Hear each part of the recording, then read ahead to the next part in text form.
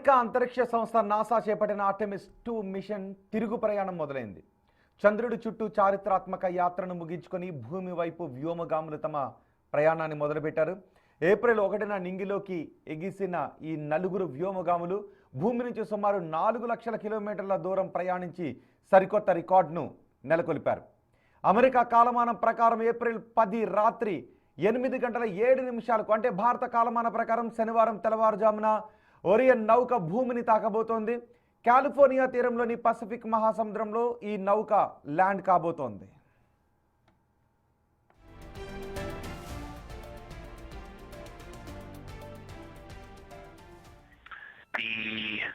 The center of the illuminated part of the moon is to the lower part is Oriental, and just around Oriental a lot of light structure. మరోవైపు Artemis 2 వ్యోమగాములకు America అధ్యక్షుడు Donald Trump surprise call చేశారు. వారితో ఈ machine గురించి ప్రత్యేకంగా చర్చించారు. మానవులు ఇంతవరకు చూడని దానిని మీరు చూశారు, ఇది ఎంతో ప్రత్యేకం, మీరు చరిత్ర సృష్టించారు, అమెరికా మొత్తానికి అపారమైన గౌరవాన్ని తీసుకొచ్చారు అని ట్రంప్ వారితో అన్నారు. నాసాతో పాటు ఆర్టెమిస్ 2 మిషన్ బృందాన్ని అభినందించారు అమెరికా అధ్యక్షుడు ట్రంప్. లూనార్ ఫ్లైబై ప్రయాణ కార్యక్రమంలో నాసాతో ఆర్టెమిస్ 2 సంబంధాలు తెగిపోయిన విషయాన్ని ఆ సమయంలో ప్రస్తావించారు.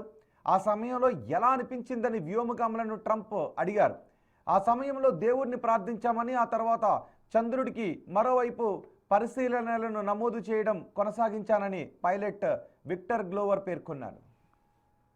And we're live in Artemis Mission Control in Houston, but we are not the only room monitoring today's flyby. As you heard Young mention, in this same building and just down the hall, a multidisciplinary lunar science team supports the Artemis 2 crew in real time, including experts in lunar geology, impact cratering, volcanism, polar science, imaging, and visualization.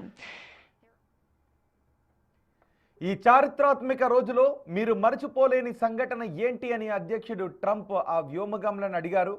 దీనికి మీ నుంచి surprise call రావడం మా అందరికీ చాలా ప్రత్యేకంగా ఉంది అని వ్యోమగామి read vice man అన్నారు. 1970లో అపోలో 13లో కూడా ఎన్నడూ చూడని దృశ్యాలను తాము చూసామని, అది మాకు చాలా అద్భుతంగా అనిపించిందన్నారు.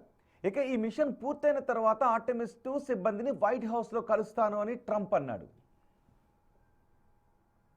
Today, that's Dr. Kelsey Young, who will be speaking with the crew during the time they're behind the moon. Operations lead, getting the crew ready.